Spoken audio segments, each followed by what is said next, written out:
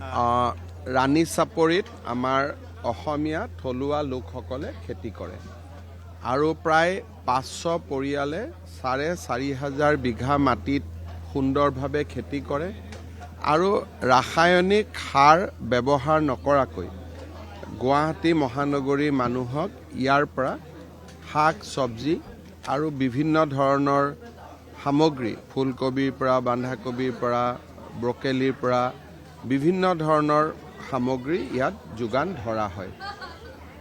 মই আগতে চাপৰিত অহা নাছিলোঁ, বহু দিনৰ পৰা আহিম বুলি ভাবি আছিলোঁ। আজি মাঘ বিহুৰ দিনা চাপৰিলৈ আহি আমাৰ কৃষক ৰাইজক সাক্ষাৎ কৰিলোঁ আৰু তেওঁলোকৰ সমস্যাসমূহৰো বুজ ল'লোঁ।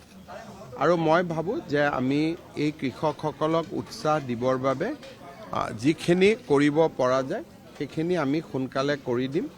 খেতিয়কক মাটিৰ পট্টা দিয়াৰ পৰা আমাৰ বিজুলীৰ ব্যৱস্থা কৰাৰ পৰা প্ৰধানমন্ত্ৰীৰ কৃষক সন্মান নিধি বা ইৰিগেশ্যনৰ ব্যৱস্থা এই গোটেইখিনি আমি তেখেতসকলক কৰি দিম। চাওক, গৰুখুটি কৃষি ফাৰ্মটো আমি চৰকাৰীভাৱে কৰি আছোঁ আৰু সি এটা প্ৰজেক্ট ডেভেলপ কৰি থকা হৈছে, কিন্তু ৰাণী চাপৰি অলৰেডি ডেভেলপ। গতিকে ৰাণী চাপৰিত প্ৰজেক্ট কৰাৰ কথা নাই, কাৰণ এইটো প্ৰজেক্ট আজি এখেতসকলৰ আজো ককাৰ পৰা ককাকৰ পৰা পিতৃলৈকে সন্তানলৈকে চলি আছে।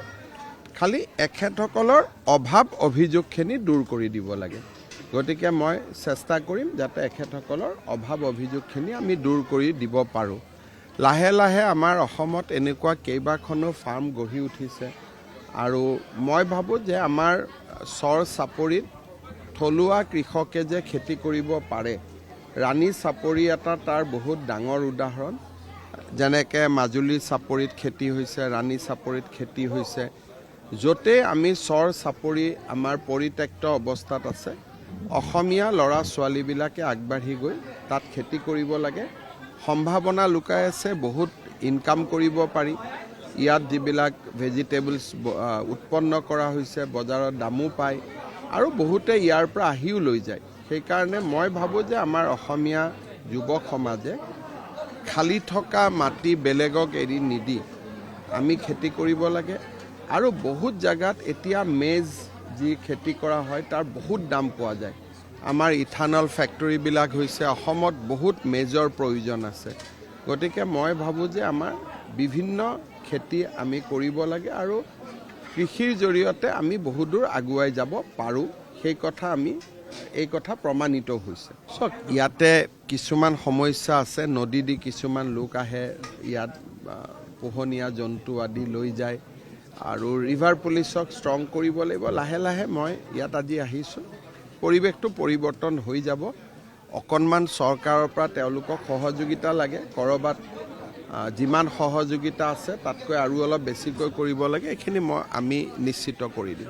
ইয়াত চাওক, পলটুং ব্ৰিজ কিছুমান কৰা হয় যিটো খৰালিৰ সময়ত থাকে, বানপানীৰ সময়ত নাথাকে।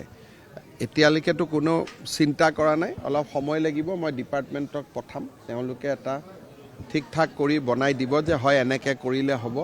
মনটো বান্ধি ল'লে সমস্যাটোৰ কেতিয়াবালৈকে সমাধান হৈ যায়। গতিকে অলপ মনত চিন্তা কৰিছোঁ যে ইয়াত ইচ্ছা কৰিলে ইলেক্ট্ৰিচিটিও কৰিব পৰা যায়, এটা সৰুকৈ দলঙো দিব পৰা যায়। গতিকে মনটোত এটা বান্ধি লৈছোঁ, কিন্তু মই যিহেতু টেকনিকেল মানুহ নহয়, কিবা এটা কোৱাও দিগদাৰ। টেকনিকেল মানুহখিনিক পঠোৱাৰ পিছত মই ক'ব পাৰিম আৰু ইয়াতো আহিয়ে থাকিম, আপোনালোকে লগ পায়ে থাকিম।